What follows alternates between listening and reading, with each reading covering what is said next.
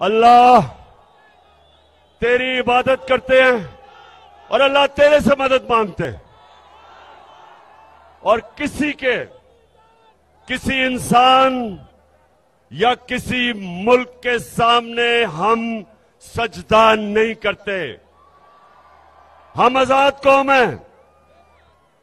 हमारा कलमा हमें आजादी देता है, ला इलाहा इल्लल्लाह। मेरे अटक के नौजवानों और बुजुर्गों, और मैं आज खास तौर पे खराज तहसीन पेश करना चाहता हूं अपनी बहनों को जो भरपूर तरीके से उन्होंने शिरकत की।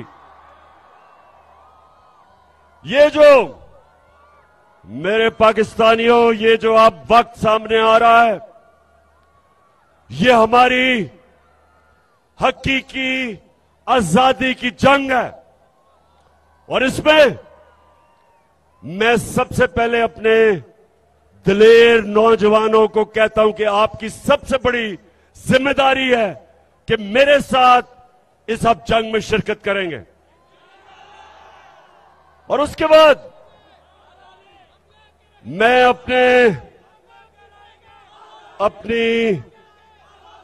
अपनी ख्वातीन को, अपनी बहनों को, सबको कहता हूं कि आपने शिरकत करनी है।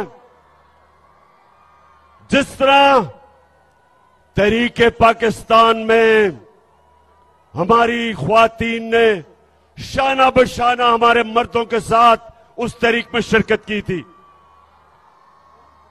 मेरे पाकिस्तानियों, ये हमारे मुल्क पे एक फैसला कुन वक्त है। बहुत बड़ा फैसला होने जा रहा है कि क्या हम एक आजाद मुल्क बन के रहेंगे या ये अमरीकियों के गुलामों की गुलामी करेंगे।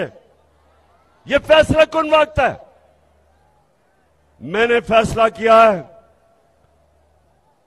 कि ये पॉलिटिक्स नहीं, ये जहाद है। मैंने ये फैसला किया कि मैं किसी सूरत, जब तक अल्लाह ने मुझे जिंदा रखा, मैं कभी इन चोरों को, डाकुओं को, गुलामों को कभी कबूल नहीं करूंगा।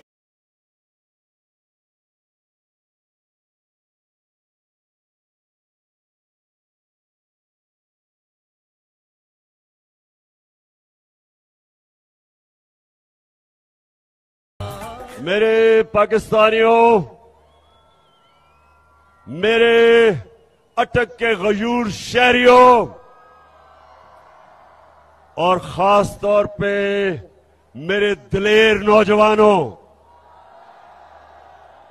अब सब तैयारी करो। और मैं सबसे पहले आपको यह बताना चाहता हूं कि क्यों हमने अपनी आजादी की जंग लड़नी है। देखें, दो तरह की गुलामी होती है। नौजवानों, अब मेरी गौर से बात सुनना है, और खास तौर पर बहनों, क्योंकि आपने अपने बच्चों को इस चीज ये बात बतानी है। जिस तरह मेरी वालदा ने मुझे बताया जब मैं छोटा था, कि उन्होंने मुझे एहसास दिलवाया कि मुझे कहती, तुम्हें पता नहीं कि गुलामी क्या होती है। तुम खुशकिस्मत हो कि आजाद पाकिस्तान में पैदा हुए। हम एक गुलाम हिंदुस्तान में पैदा हुए थे। और गुलामी यह है कि जो पाकिस्तान और हिंदुस्तान था, यहां के लोग ऊपर नहीं जा सकते थे क्योंकि ऊपर अंग्रेज बैठा था। हमें अंग्रेजों की जंगें लड़नी पड़ी। लाखों लोग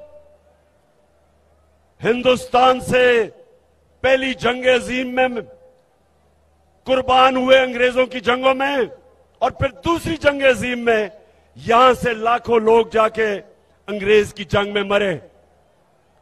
और अरबों डॉलर हिंदुस्तान के लोगों का पैसे से अंग्रेज ने अपनी जंगों में इस्तेमाल किया। यह है जबकि एक कब्जा करके आपके ऊपर लोग गुलाम करते हैं। लेकिन दूसरी गुलामी कि जब हमें हुक्म मिला एक अमेरिका से हुक्म आया जनरल मुशर्रफ को कि तुम अगर हमारी जंग में शामिल नहीं होगे तो हम तुम्हें बम मार के तुम्हारा मुल्क तबाह कर देंगे। अंग्रेजी में उसने कहा we will bomb you into stone age. तो क्या हुआ? बदकिस्मती से उस वक्त जो हमारे मुल्क का सरबराह था उसने अपने लोगों की दिफा नहीं की, घुटने टेक दिए और हमें फतह किए बगैर हमें अमेरिका की जंग में ले गया। हमारे 80,000 लोग उस जंग में कुर्बान हुए। 3 गुना हमारे फौजी अमेरिका से 3 गुना ज्यादा हमारे फौजी अमेरिका की जंग में कुर्बान हुए। 100 अरब डॉलर से ज्यादा पाकिस्तान का पैसा खर्च हुआ उस जंग पे। 2 किस्म की गुलामी, एक को कहते हैं कॉलोनियलिज्म, जब आपके ऊपर फतह करके एक मुल्क हावी हो जाता है, जो अंग्रेज की गुलामी थी, और दूसरी को कहते हैं पाकिस्तानी और नौजवानों नियो कॉलोनियलिज्म के फतह किए बगैर आपको गुलाम बना लेते हैं। और ये हमारी बदकिस्मती कि हमारे मुल्क ने जब से हम आजाद हुए और जब से हमारा अजीम लीडर कायदे आजम जो एक गुलाम हिंदुस्तान में एक आजाद इंसान था, जो मेरा लीडर था, जो हमेशा हम उसको लीडर मानेंगे, ईमानदार था, दिलेर था और आजाद था, खुददार था, उसके बाद कभी इस मुल्क ने, कभी भी हमारे मुल्क ने, सिवाय छोटा सा वक्त था कि भुट्टो ने कोशिश की, जुल्फिकार अली भुट्टो ने, कि पाकिस्तान आजाद फॉरेन पॉलिसी बने, हमेशा हमें हुक्म मिलते थे, हम अपनी आजाद फॉरेन पॉलिसी नहीं बनाते थे। और आजाद फॉरेन पॉलिसी का मतलब कि वो फॉरेन पॉलिसी जो अपने लोगों के फायदे में होती है, जिधर आप अपने आप को दूसरे मुल्क के लिए कुर्बान नहीं करते। तो जब मुझे आपने इक्तदार में भेजा तो मैंने हमेशा आपसे वादा किया था कि ना मैं कभी किसी को सामने झुकूंगा और ना आपको कभी किसी के सामने झुकने नहीं दूंगा।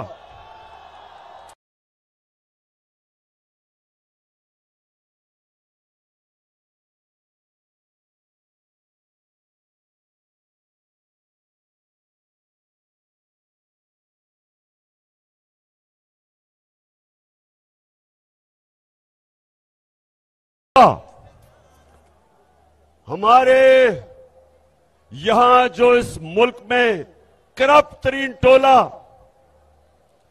जो बाद में जिनको मैं 3 स्टूजेस कहता था, एक था इस मुल्क का, अब मैं क्या करूं, मुल्क की सबसे बड़ी बीमारी जरदारी, एक तो वो था,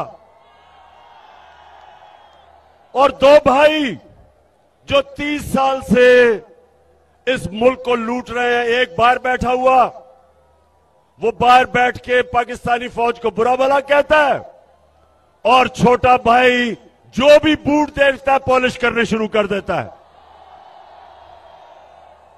ये 2 भाई, और फिर तीसरा कौन है?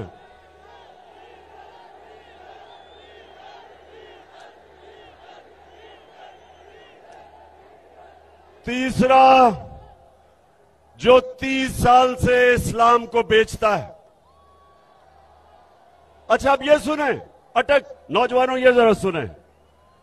अच्छा, इसने भी जब इक्तदार मिला तो एक दीनी आदमी, आपने समझा होगा कि वो एजुकेशन की मिनिस्ट्री लेगा, जो रहमतुल आलमीन अथॉरिटी मैंने बनाई थी कि सीरत नबी मेरे नौजवानों को, बच्चों को पढ़ाई जाए, चलो वो ले ले। उसने वो नहीं ली, उसने NHA लिया, यानी कि सड़कों की मिनिस्ट्री ली, जिसमें पैसा बनता था। अच्छा तो नौजवानों, इन्होंने मिलके, इन 3 सीजों ने मिलके इन्होंने क्या किया, बताएं जरा क्या किया। इन्होंने यहां साजिश की, अमेरिकनों ने इनके साथ मिलकर, और अमेरिकनों नहीं है, जो बाइडेन एडमिनिस्ट्रेशन है, इन्होंने मिलकर यहां इनके साथ साजिश की। इन्होंने हमारे लोगों को अमेरिकन एम्बेसी में बुलाया, उनको तैयार किया, और उसके बाद एक डोनाल्ड लू, एक अमेरिकी अंडर सेक्रेटरी, उसने बुला के हमारे एम्बेसडर को अमेरिका में कहा कि अगर आप इमरान खान को इस अदमे एतमाद में, अगर इसको आपने जिता दिया, यानी अगर ये अदमे एतमाद फेल हो गई इमरान खान के खिलाफ, तो पाकिस्तान के खिलाफ, पाकिस्तान को हम आइसोलेट करेंगे, इसके खिलाफ हम एक्शन लेंगे, धमकी दी। लेकिन अगर इमरान खान को आपने हटा दिया, अदम एतमाद को कामयाब कर दिया, तो उन्होंने कहा कि हम आपको माफ कर देंगे, क्योंकि उनको पता था कि चेरी ब्लॉसम शहबाज शरीफ आ जाएगा इमरान खान की जगह, और वो फिर उनकी खिदमत करेगा, और खिदमत शुरू हो गई है। इन्होंने मिलकर साजिश की, यहां भी इनके हैंडलर बैठे हुए थे, इन सब ने मिलकर प्लान किया और गवर्नमेंट गिरा दी। अब मैं ये आपसे पूछता हूं पाकिस्तानियों, आज मैं आपसे पूछता हूं कि वो कौन सा इतना बड़ा मसला था जो सब ने मिलकर गवर्नमेंट गिराई। आप ये समझें कि उस वक्त हमने पाकिस्तान को मुश्किल वक्त से निकाल लिया था, एक मुल्क जिसका दिवालिया निकला हुआ था। यही इन्होंने 10 साल दोनों ने मिलकर जो डाके मारे थे, मुल्क को कंगाल किया, बैंकरप्ट किया, मकरूज किया, इदारे तबाह किए, सबसे बड़ा बैरूनी खसारा छोड़ के गए $20 अरब का, वो मुल्क हमें मिला। और मुझे आज फख्र यह है कि सब मुश्किलों के बावजूद हमने अपने मुल्क को खड़ा किया। हमने आहिस्ता आहिस्ता अपनी कंस्ट्रक्शन की इंडस्ट्री ठीक की, अपनी ज़राइज़, अपने किसानों की मदद की, मुल्क खड़ा हो रहा था। तीसरे साल में 5.6% हमारा मुल्क बढ़ा था, आगे दौलत में इजाफा हो रहा था, ग्रोथ रेट थी, रिकॉर्ड एक्सपोर्ट्स थी, हमने सबसे ज्यादा आमदनी बढ़ाई, टैक्स इकट्ठा कर रहे थे, हमने जो किसानों की मदद की, सबसे ज्यादा पैदावार किसानों ने हमारे दौर में की। तो जब ये हो रहा था तब ये साजिश हुई। तो मेरी आज बात सुने अटक के लोगों, जब ये मुझे साजिश का पता चला तो मैंने उन लोगों को, जो लोग साजिश रोक सकते थे, मैंने उनको ये बताया कि हमने बड़ी मुश्किल से मुल्क की माइशत को संभाला है। अगर अभी ये साजिश कामयाब हुई तो मुल्क को मुश्किलात का सामना करना पड़ेगा। मैंने भी बताया, मैंने शौकत तरीन फाइनेंस मिनिस्टर को कहा कि बताओ, लेकिन मुझे अफसोस से कहना पड़ता है कि हम कुछ नहीं कर सके। और आज क्या हुआ है? आज पाकिस्तान का रुपया तेजी से गिर रहा है।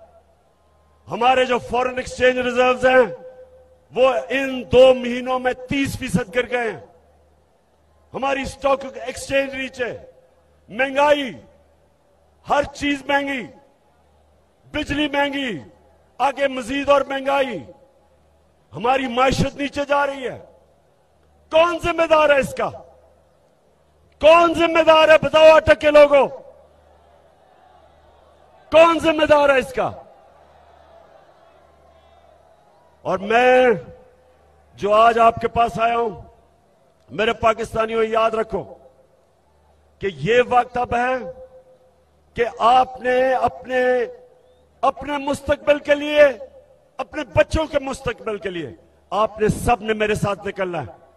क्योंकि ऊपर कौन बैठे हैं? ऊपर कौन बैठा है? सबसे पहले शहबाज शरीफ। अब ये सुने जरा इसका, 24 अरब रुपए के इसके ऊपर केसेस हैं। 24 अरब रुपए के केसेस इसके ऊपर। और अब क्या हो रहा है? इसको एनओरो मिल रहा है। एफआईए जो इसके ऊपर, जिसने उसके ऊपर केस बनाए थे, अब एफआईए सारे केस खत्म कर रही है। आसिफ जरदारी जिसके ऊपर अरबों रुपए के केसेस नैब में, आसिफ जरदारी कहता है कि नैब में मैं इस्लाहात करूंगा। पाकिस्तानियों, ये है क़यामत की निशानी कि आसिफ जरदारी नैब की इस्लाहात कर रहा है। अब सोचें कि वो लोग जिन्होंने मुल्क को लूटा था, आज वो ऊपर बैठ के सबसे पहली चीज कर रहे हैं, अपने केस खत्म कर रहे हैं। जो इंटीरियर मिनिस्टर है वो कातिल है, 18 कत्ल किए हुए हैं। वो जो अभी गए हैं लंदन में मिलने गए हैं नवाज शरीफ को, वो सजा याफ्ता है, उसको सजा मिल चुकी है। वो भगौड़ा है, भागा हुआ है। उससे प्राइम मिनिस्टर जाके मुल्क के फैसले कर रहा है। और जो उसकी बेटी है नवाज शरीफ की, वो भी सजा याफ्ता है। उसको प्रोटोकॉल मिल रहा है प्राइम मिनिस्टर का। उसके पीछे रेंजर्स और पुलिस फिर रही है, जिसको सजा दे चुका है हमारा सुप्रीम कोर्ट, और वो बेल पे है, जमानत पे है। तो अटक, मेरे नौजवानों, मेरे बुजुर्गों, मेरी बहनों, नबी सल्लल्लाहु अलैहि वसल्लम ने कहा था कि कौम तब तबाह होती है जब जेलों में सिर्फ छोटे चोर हो, सिर्फ भैंस चोर और मोटरसाइकिल चोर और छोटे चोर जब जेलों में जाते हैं और बड़े बड़े डाकू को आप नहीं पकड़ते, वो मुल्क तबाह हो जाता है। ये आपके सामने मुल्क तबाही की तरफ जा रहा है। इसलिए आपने निकलना है कि जब बड़े बड़े डाकू बड़े बड़े ओहदों पे बैठ जाए, सारों ने बड़े बड़े ओहदे संभाल के अपने केस खत्म करें, और वो ऑफिसर एफआईए का डॉक्टर रिजवान, मैं आज उसको सलाम पेश करता हूं कि उसने जो केस शहबाज शरीफ के ऊपर बनाए, हमारे बेचारे गवर्नमेंट के ऑफिसर डरते हैं, इस माफिया से डरते हैं। कितने लोग हैं जो इन्होंने मरवाए हैं। डॉक्टर रिजवान जब उसने हमजा शरीफ को बुलाया और उससे जब सवालात पूछे कि किधर से ये मकसूद चपड़ासी के पास 3.25 अरब रुपया आ गया, नौकरों के पास 16 अरब रुपए किधर से आए, तो हमजा शरीफ बजाय उसके जवाब देता, उसको उसने धमकी दी, उसको डराया कि तुम्हारी जुर्रत कैसे है कि मुझे पूछ रहे हो ये सवाल।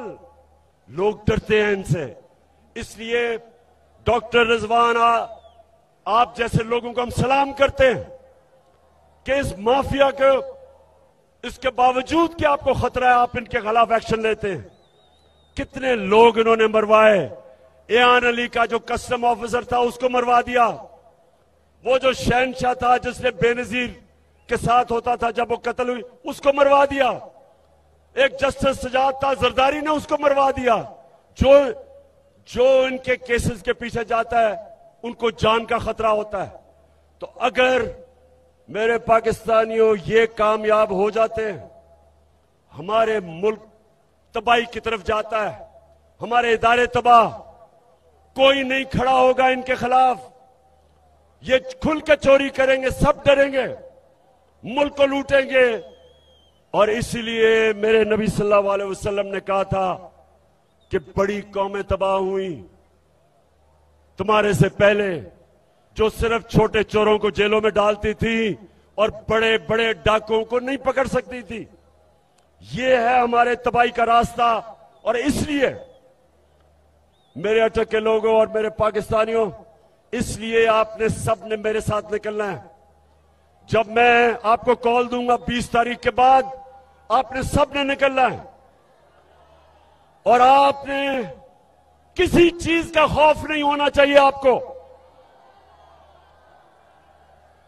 नौजवानों, मेरे नबी सल्लल्लाहु अलैहि वसल्लम ने मदीना में क्या किया था, आपको मैं आखिरी बात करने जा रहा हूं, गौर से सुने।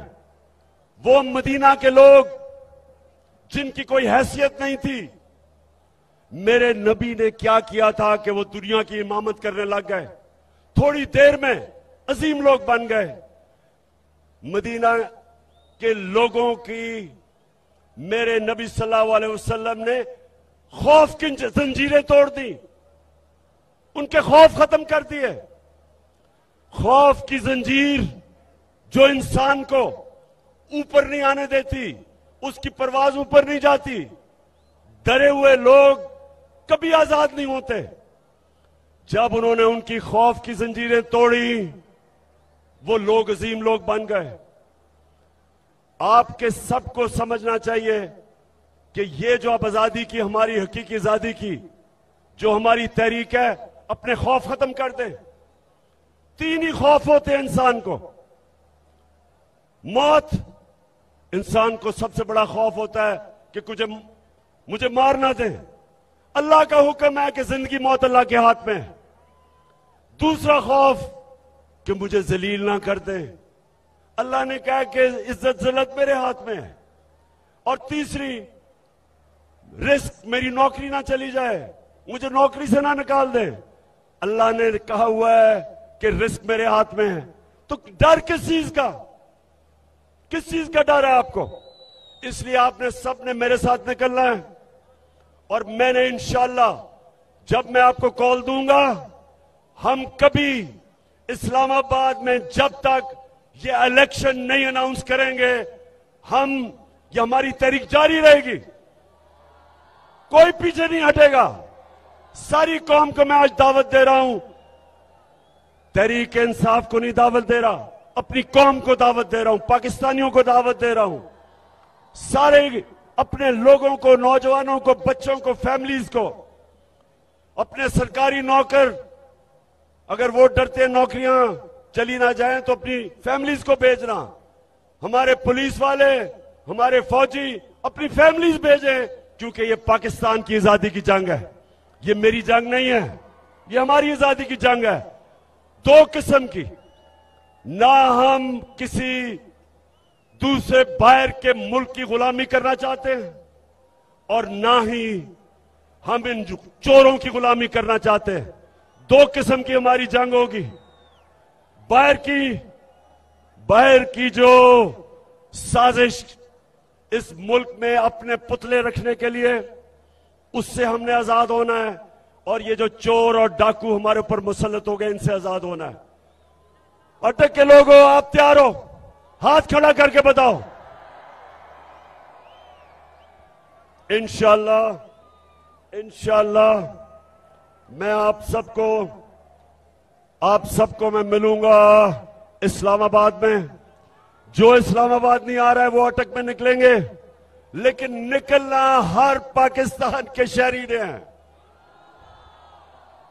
और ये मेरा पैगाम सबको है कि जो भी कोशिश करेंगे आप, मैं जेल जाने के लिए तैयार हूं, लेकिन मेरी कौम निकलेगी।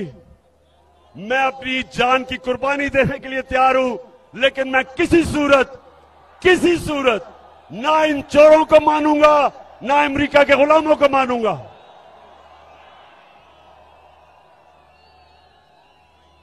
अटक के लोगों, आज जिस तादाद में आप निकले हो, और जो मेजर साहब आपको, अमीन असलम आपको और जुल्फी बुखारी आपको, सबको, और जितने भी उन्होंने भी ऑर्गेनाइज किया है, मैं सबको खराज तहसीन पेश करता हूं।